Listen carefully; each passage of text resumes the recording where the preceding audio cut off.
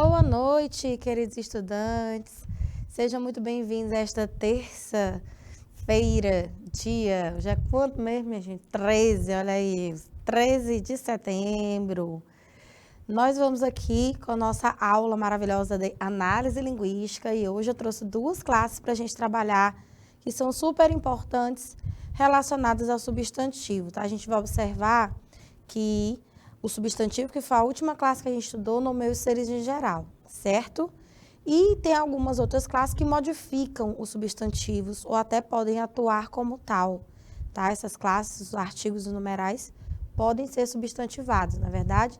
Mas, em se tratando do papel diretamente relacionado ao substantivo, dos artigos e dos numerais, funcionam eles como determinantes, tá? Os artigos acompanham os substantivos para dar noções a eles de especificação ou falta de especificação, né? Determinação e indeterminação. E os numerais, em termos gerais, classificam esses substantivos em relação a quantidades, né? Então, as noções de quantidades, a quantificação é de responsabilidade do numeral. E as nossas aulas de hoje vão girar em torno dessas duas classes, tá bom, galera? Artigo e numeral, olha aí. Nós vamos compreender o papel dos artigos e dos numerais como classes fundamentais para a determinação e quantificação dos seres em geral. Lembrando aqui no nosso roteiro que o numeral, tá? Ele vai quantificar, enquanto que o artigo ele vai determinar, beleza? Além de suas funções como modificadores dos enunciados. Quando nós temos categorias de artigos diferentes, nós vamos trazendo sentidos diferentes aos enunciados, como também nós temos numerais diferentes, cardinais, ordinais, multiplicativos, fracionários romanos, a gente vai também agregando diferentes valores de sentido, tá? Aos contextos, por isso que é muito importante nós reconhecermos a importância dos artigos e numerais. Obviamente que eu trouxe aqui um gênero para a gente trabalhar, né? Esse gênero, aqui já trabalhado em nossas aulas, o infográfico traz aí uma série de elementos verbais e não verbais, e nós contamos, evidentemente, aqui, até para indicar quantidades das diversas formas, os numerais. Olha, observe que, como os infográficos, eles trazem informações mais resumidas, gênero esse multimodal, porque converge, tá? A diversificação das linguagens verbal e não verbal, o infográfico aí propõe para o interlocutor uma informação mais direta, mais objetiva, tá? E uma informação, de certa forma, bastante interativa, porque o infográfico ele conta, né, com esses recursos que envolvem aí elementos não verbais, ícones, símbolos, essa variação é forte no infográfico, e variação também de linguagem verbal, o que leva a crer que ele é um gênero multimodal, tá? Então, olha aí, ó, 5% da população brasileira é surda, e parte dela usa a língua brasileira de sinais para se comunicar. Nós estamos aí no mês de setembro, tá, em que se faz uma campanha forte sobre as conquistas da comunidade surda até agora. Como a gente vai tratar aqui na nossa aula de análise linguística, né, desse assunto e também da acessibilidade, que é um outro assunto muito importante, a gente trouxe esse infográfico falando dessas informações. Então, a gente vê que é um número considerável, né? Se você considerar o todo da população brasileira, 5% é um valor extremamente considerável. E ainda que não fosse um valor grande, todo ser humano merece atenção. Isso é garantido constitucionalmente, né, queridos estudantes? Então, tá aqui, ó, 5% da população brasileira, a gente tem um numeral indicando porcentagem, um numeral, portanto, fracionário, tá? Que é o cardinal, seguido desse elementozinho simbólico, que é essa barrinha, com duas bolinhas aí, tá? Cada uma de um lado, ó, o sinal de porcento ou porcentagem. Então, 5% da população brasileira é surda e parte dela usa a língua brasileira de sinais para se comunicar. Olha aí que maravilha, né? Então, você tem aí a importância de se propiciar a essa galera que tem essa dificuldade, que tem, né, essa limitação, vamos dizer assim, em termos de surdez, mas que com certeza tem outras habilidades, outras formas de aprender, outras formas de incluir as conquistas que eles já conseguiram. Então, os estudantes de Libras, com certeza, assim como todos os estudantes do mundo, merecem toda a atenção, né? E o canal, evidentemente, traz mais essa perspectiva de levar a educação a todos os públicos. Olha aí que coisa boa. Estamos aqui eu no estúdio, né? Eu e a professora de Libras maravilhosa aqui, fazendo a tradução para nossos alunos, e que prova, né, que a gente procura de fato e de direito fazer a inclusão, né? Então, no Brasil, cerca de 7% dos surdos têm ensino superior completo, ou seja, se a gente considerar o total de surdos, isso ainda é um número aquém do que seria o ideal. Então, movimente-se, né, o país no sentido de fazer com que mais ainda pessoas surdas consigam, né, o grau de graduação, consigam a graduação, ensino superior completo. 15% frequentaram a escola até o ensino médio. Já está um número expressivo, mas precisamos melhorar, né? Com certeza. 46% até o fundamental. Ó, você vê que no total de 100, ó, o número mais expressivo, né, dessa comunidade só estudou até o fundamental. Então, isso tudo indica que no infográfico a gente precisa melhorar, né, essa ampliação de ensino para o público surdo. 32% não tem um grau de instrução, um número considerável, um número negativo, evidentemente, né? Porque se eu estou dizendo que 32% dos surdos não tem nenhum grau de instrução, isso é muito grave, isso é muito preocupante. Então, precisamos ampliar as políticas públicas de acesso à educação para essas pessoas. Olha aí, ó. Na LESP, tramitam 3 propostas que promovem a inclusão de pessoas surdas. Isso são conquistas, olha só. Projeto de lei 390/2021, ó, recentemente aprovado esses projetos aí, né? Aliás, o projeto da deputada Valéria Bolsonaro assegura a alfabetização em Libras a partir do primeiro ano do ensino fundamental 1 em escolas públicas e privadas. Muito bom esse projeto. Projeto de lei 589/2021 do deputado Altair Moraes, republicanos, obriga empresas de atendimento telefônico a disponibilizarem esse serviço através de chamada de vídeos para pessoas surdas. Olha aí, que bacana também. E o projeto 500/2021 do deputado Tenente Coimbra sugere a obrigatoriedade do uso de Libras em propagandas institucionais do governo de São Paulo. A gente já vê que existe a Libras, né? No governo federal, né? Toda vez que o governo federal vai se pronunciar, existe lá o pessoal que vai traduzir, né? As coletivas e tal, as lives, enfim.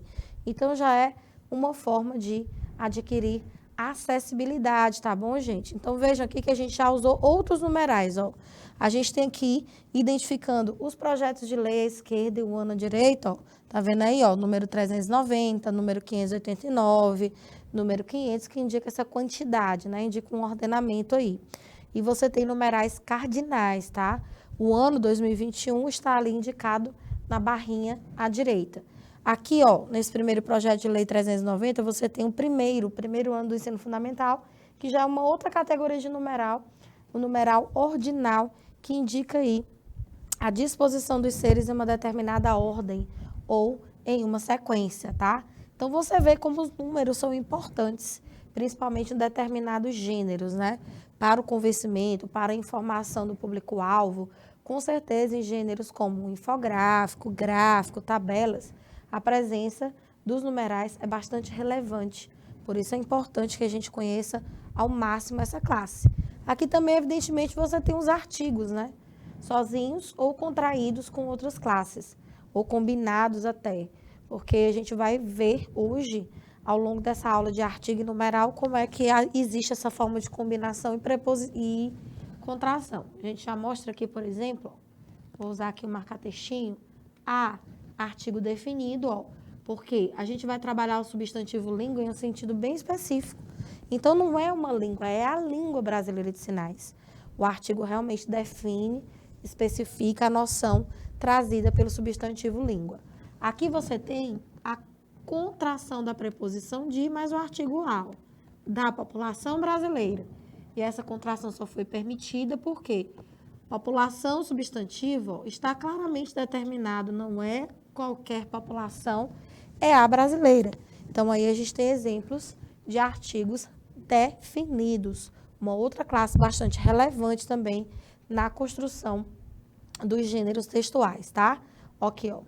1 grau de instrução, 32% não tem 1 grau de instrução, ou seja, nenhuma formação educacional, indicando aí, a partir do substantivo grau, a noção genérica, ou seja, 0 grau de instrução, nenhum. Aqui você já tem um artigo indefinido, tá, nenéns? Muito bem, olha aí, ó, um outro dadinho, acessibilidade em números. E aí a gente vê diferentes categorias de numerais. Aqui nesse infográfico a gente tem deste lado, ó, numerais fracionários, indicam porcentagem de um todo. Aqui você tem numerais cardinais, que indicam quantidades exatas, 62 ônibus, 127 ônibus. E lá de novo, ó, porcentagens. Então, agora a gente fala aí em números da acessibilidade, que é outra temática que a gente vai trabalhar aqui no canal. Muito importante, relevantíssima. Acessibilidade para cadeirantes, para pessoas que são deficientes visuais, né? Então, todo mundo que tem algum tipo de dificuldade, mas evidentemente tem outras potencialidades, precisa ter, né, as suas capacidades ampliadas. Então, é uma forma de dar acessibilidade a essas pessoas, o que é justo. Ninguém está fazendo mais do que obrigação, né? É nosso dever. 93,52% dos pontos de ônibus terminais rodoviários não atendem aos requisitos mínimos, ou seja, não permitem a acessibilidade devida a essas pessoas. 99,07% das calçadas analisadas possuem falhas. Gente, é quase a quantidade total. Isso é absurdo, né? 90,74% das paradas de ônibus não tem piso tátil para sinalizar a área de embarque, ou seja, aquele piso que permite, né, que o deficiente visual, por exemplo, ele consiga se localizar. Então, é muito. A acessibilidade ainda não é garantida efetivamente. 61,2%, aqui a coisa melhora um pouco, mas ainda é ruim, das paradas não tem rampa próxima para a travessia de via. Fontes, Tribunal de Contas do Distrito Federal e Secretaria de Mobilidade. 62 ônibus foram apreendidos por não cumprirem requisitos como acessibilidade, como elevador e parada para deficientes. 127 ônibus foram autuados por irregularidades. Olha aí. 70,3%, 83% das calçadas têm piso irregular, seja pela presença de buracos, ressaltos ou calçada quebrada, ou seja, isso dificulta o acesso para cadeirantes, para pessoas que têm dificuldades visuais. É o índice, 77,78%, da ausência de rampas para a travessia das ruas. Ou seja, os números mostram contra fatos e argumentos. Quanto à questão da acessibilidade, nós ainda estamos muito, mas muito aquém, tá, do ideal. A gente precisa realmente melhorar isso aí. Então, vamos entrar agora na análise linguística e entender o que é, da perspectiva gramatical, um artigo, gente. É a classe variável porque ela apresenta exatamente as modificações para gênero e número, que vai acompanhar o substantivo para determinar esse substantivo ou indeterminá-lo de um modo em geral. Claro, quando a gente vai visualizar nos contextos, essa noção é muito mais ampliada, né? A gente vê tanto em registro formal como em registro formal, que o artigo ele vai ter uma função muito mais ampla do que basicamente essa daí. Então, do ponto de vista semântico, olha o tanto de coisa, ó, individualiza ou generaliza o artigo, indica conhecimento ou desconhecimento, apreciação ou depreciação, determinação e determinação, intimidade, aproximação numérica, intensificação, proximidade, diferenciar o gênero com implicações semânticas como o lente a lente, o banana a banana, o capital a capital. Então, o artigo tem esses papéis aí interessantes e muitos outros, né? Do ponto de vista morfológico, ou seja, enquanto classe, enquanto elemento formal, ele é um determinante que varia em gênero e número. Aqui, trazendo aí para vocês, ó, a noção mesmo de flexão dos artigos, ou seja, varia em gênero para masculino e feminino e número singular e plural. E eles têm o poder de transformar qualquer classe, gente, em um substantivo. O artigo tem esse poder, tá? Então, transforma qualquer palavra que eu suceda em substantivo em 99,9% dos casos. É quase que a totalidade, né, povo lindo? Do ponto de vista sintático, os artigos serão adjuntos adnominais, ou seja, elementos que, junto ao substantivo, vão dar a esta última classe, tá, uma noção de especificação, determinação, indeterminação, proximidade. Ele funciona como uma espécie de adjetivo, né? Quase isso, tá bom? Veja aí na tirinha. Mais um gênero para a gente verificar aqui como é interessante essa comparação diferentes ideias que o uso do artigo definido e o indefinido dá. Aí você tem um cãozinho, um dos cãezinhos mais conhecidos das histórias em quadrinhos, né, de Charles Schulz. Tem um cachorro aqui querendo entrar. A mocinha diz.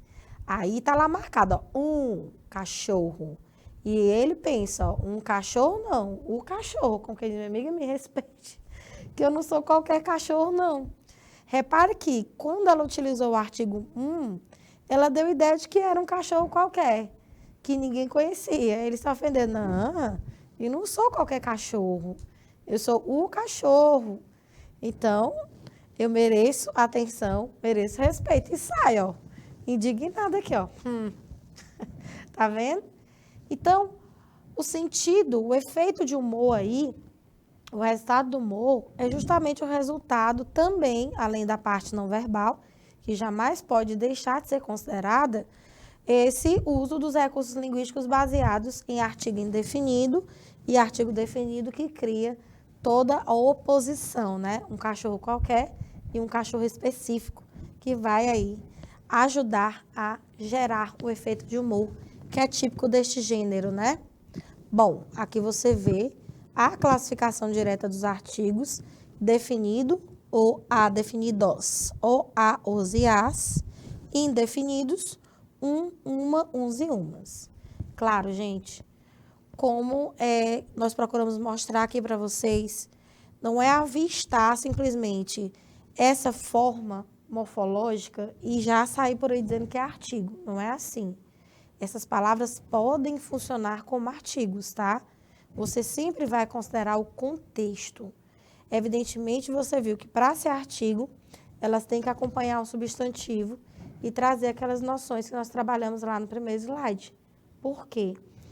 Porque em outras situações, ó, esses elementos aqui podem ser pronomes oblíquos, tá? Podem ser pronomes demonstrativos. A gente tem que tomar um cuidadinho aí para não vacilar. A pode ser preposição. Olha aí, ó. Então, muita calma nessa hora, né? Indefinidos. Uns e umas traduzem, em geral, para o substantivo, atribuem, aliás, uma noção de valor genérico, sentido vago, desconhecimento, afastamento, aproximação, tá? As noções são muitas. Sobre esse um e uma, você pode ter um numeral, um como pronome indefinido. Na expressão uns e outros, tá?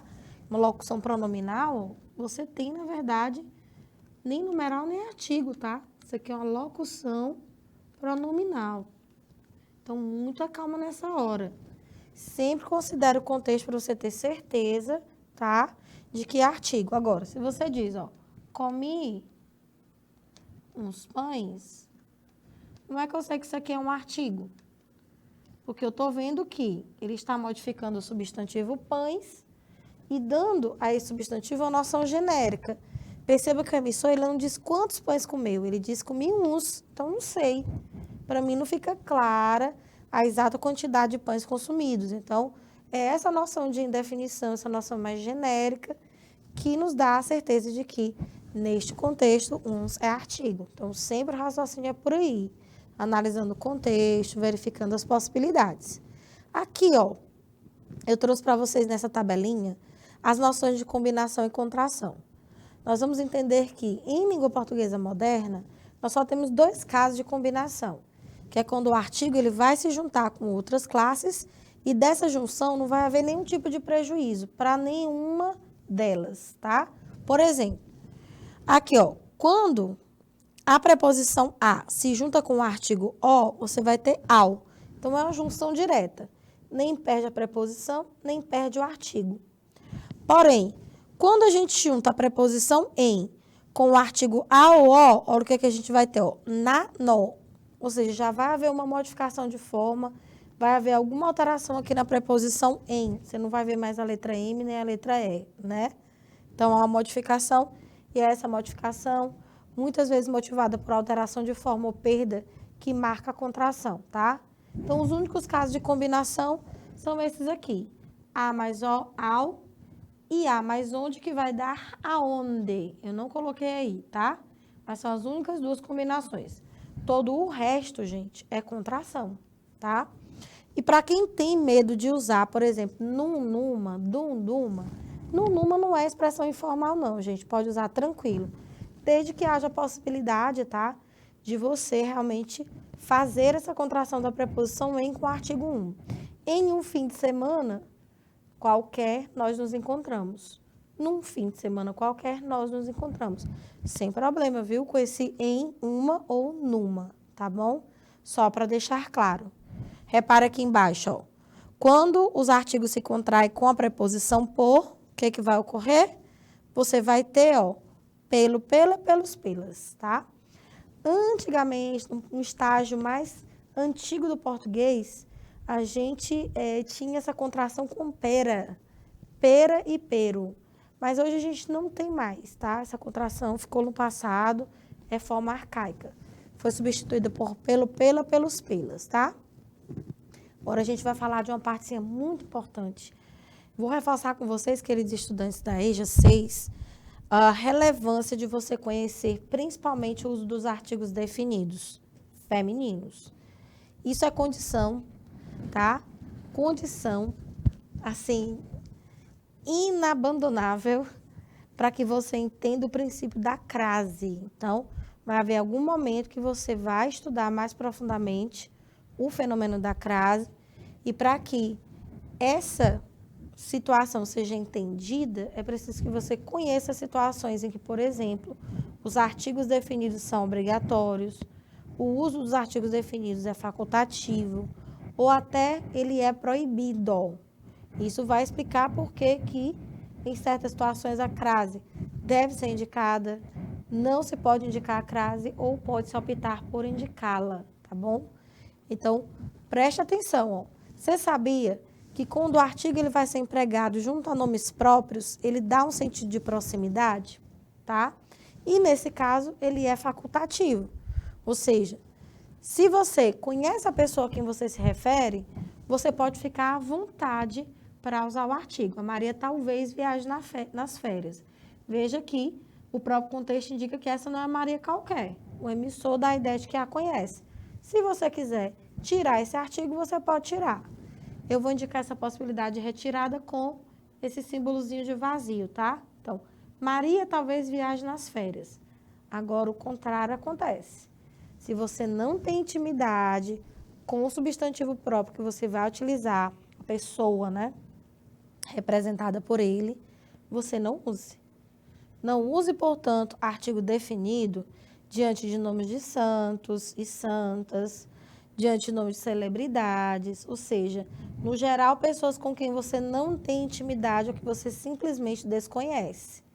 Há algumas situações que vão permitir, tá? Mas, no geral, você, por exemplo, não diria a Fátima Bernardes é uma excelente apresentadora. Não, Fátima Bernardes é uma excelente apresentadora brasileira. Olha aí, Luciana Gimenez é uma excelente apresentadora brasileira. Enfim, não use artigo que você não é íntimo da Fátima Bernardes, você não é íntimo da Luciana, entende? Não use artigo diante de o Santo Antônio. Não, é Santo Antônio. Você não é próximo do santo. A Santa Maria. Não, é Santa Maria. Deste jeito, gente.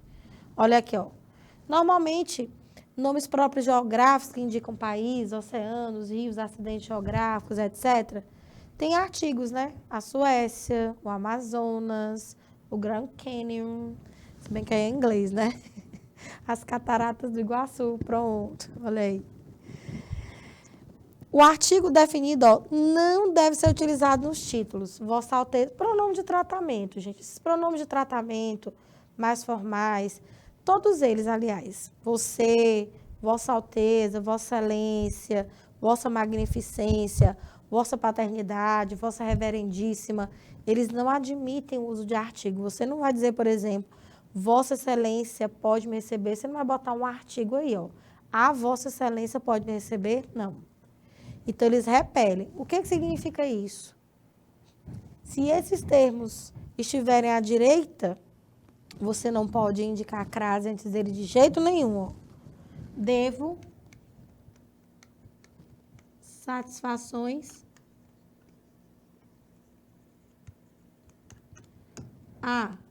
Olha aí, ó. Vossa Alteza. Olha aí, gente. Não tem condição.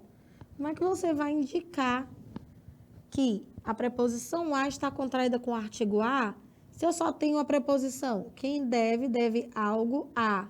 Beleza. O verbo dever vai se ligar no complemento indireto à preposição a. Porém, esse nome aqui à direita, ó, essa forma de tratamento, que é o núcleo do objeto indireto, ele não aceita de jeito nenhum que você antepõe artigo. Então, você não pode aqui indicar a crase simplesmente. Não tente, não dá. É isso. Aparecem cognomes e alcunhas, apelidos, por exemplo, Alexandre o Grande, né? Nério, o incendiário. Pode ser utilizado em determinados títulos, exemplo, o professor José. Também facultativo. Ó. Quando a gente diz pode ser utilizado, você pode optar por não colocar, tá? Você diz o professor José ou simplesmente professor José. É utilizado nomes de estações do ano, primavera, verão, outono, inverno, exceção. Se o nome vier precedido de preposição, ele é dispensado, tá? O artigo é dispensado, tá bom? Não aparece antes da palavra casa, olha aí, importantíssimo isso aqui. Se ela estiver empregada em sentido genérico de lá ou morada, estou em casa. Veja aqui, se houvesse algum tipo de especificação, o substantivo casa, você não diria estou em casa, você diria estou na casa. Repare que quando você vai especificar, você diz estou, ó, na casa. Lembrando que na, aqui, ó, é em mais a, gente. Tá bom? Ou seja, de onde é que vem esse artigo? Porque casa está especificado. Estou na casa da vovó. Olha aí, ó. Percebeu? Quando a palavra palácio estiver desacompanhada de algum modificador, o artigo não deverá ser utilizado. Isso é um caso, né? Bem esquisito. Palácio de Buckingham, por exemplo. Olha aí.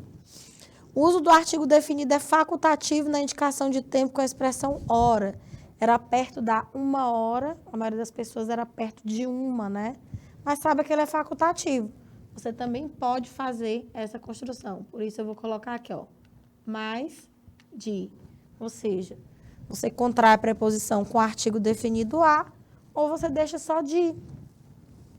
Quando o substantivo está explícito e acompanhado de pronome possessivo, o uso do artigo é facultativo definido. Como você já tem aqui, ó, o substantivo meu, aliás, carro, e o pronome possessivo meu, você pode facultar o uso do artigo, porque o possessivo em si, que é essa palavrinha que eu estou aqui, ó, marcando com sublinhado, já é um determinante. Como eu já tenho um, eu posso dispensar o outro. Posso, se eu quiser também, posso colocar mais um. Então, ó, a minha vida. Ou então, simplesmente, omitindo o artigo, minha vida. Olha aí, queridos estudantes. Você está vendo como é o detalhezinho que faz a diferença? Ou seja, substantivos modificados por possessivo tornam facultativo o uso do artigo definido.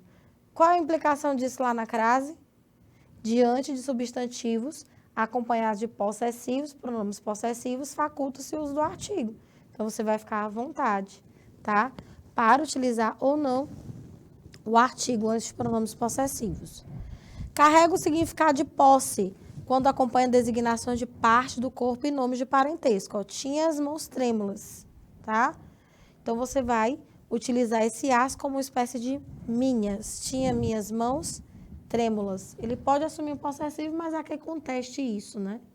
Então, pode ser que ele equivale a minhas. Mas pode ser que você também esteja observando as mãos de alguém trêmulas. Então, aí, ele não já não mais teria essa noção de possessivo. Depende muito da construção. É usada em enumerações que fazem contraste. Olha aí, ó, estávamos entre a cruz e a espada, tá? Estávamos entre a arma e o projétil ou bala. A gente costuma utilizar aí. Não se utiliza o artigo definido nos vocativos, nas exclamações, gente, em datas. Olha aí, ó. Milhares de pessoas desapareceram. Você não vai dizer no 30, mas em 30 de setembro, tá? A não ser que seja alguma coisa muito específica, alguma coisa muito que tenha marcado, por exemplo, um evento histórico. Você diz, no 7 de setembro, tá? O Brasil foi proclamado república no 7 de setembro de 1822. Estamos com 200 anos, né, gente? Na proclamação da república. Olha aí, ó, João, volte logo para casa. Não faz sentido você dizer o João, que você está conversando com ele. Então, nesse segundo caso, você tem um exemplo de vocativo. A gente não usa de jeito nenhum. O que você usa são outras expressões. Ô, João. Ei, João.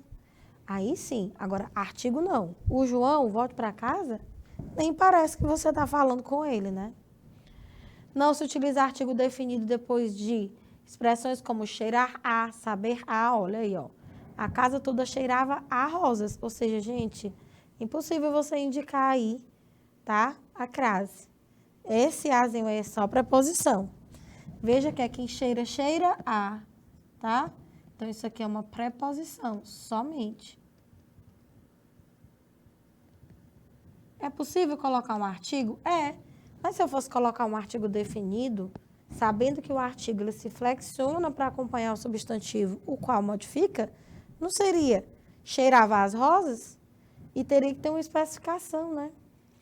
Lembre-se que o artigo definido, ele dá essa noção de especificação. Então, a casa toda cheirava as rosas vermelhas que trouxe para ela. Pronto. Agora está mais do que especificado, está mais do que compreendido o porquê do artigo definido, né? Então, aí, ó, tá meio que genérico. Então, não tem lugar para colocar artigo definido, tá bom? Então, isso acontece com essas construções ou afins. Indefinido. O um e o uma podem adquirir significação enfática, tá? É um uso mais discursivo do artigo indefinido, ó. Ela foi uma heroína. Ele foi um homem incrível naquela situação. Então, vejam que não faz sentido se pensar no uso do artigo indefinido nesse caso para generalização, a não ser uma ênfase, tá? Em relação ao substantivo que esse artigo acompanha. Ó. Compare com ela é heroína. Ele é incrível. Então, olha aí. Aquele cara falou de uma maneira que deixou todo mundo triste, ó. Veja que não é uma maneira desconhecida, muito pelo contrário. Você vê que o emissor está julgando a maneira. Esse uma aí dá uma noção aí para o substantivo maneira de ênfase, tá? Esta faca está com uma precisão incrível. Olha aí que bacana. Então, esse uma também dá a noção para o substantivo precisão de ênfase, tá? Veja aí, ó. Então, sempre nesses contextos aqui, observe que a noção é a mesma. É enfática em relação aos substantivos modificados, tá vendo? Como não é só utilizado com a noção de indeterminação, o artigo indefinido. Âncio numeral denota aproximação. Nesse caso, você pode substituir os artigos por aproximadamente sem nenhum problema. Ela esperou uma meia hora, ou seja, aproximadamente meia hora. Então, quando você puder substituir os artigos indefinidos pela palavra aproximadamente, você tem uma noção aproximada de tempo, né? Tinha uns 16 anos, aquele rapaz do acidente, ou seja, tinha aproximadamente, ó, tá vendo aí? Uns 16 anos. Show! Usa-se também o indefinido para clarear as características de um substantivo enunciado com o artigo definido. O foco era o olhar, um olhar misterioso.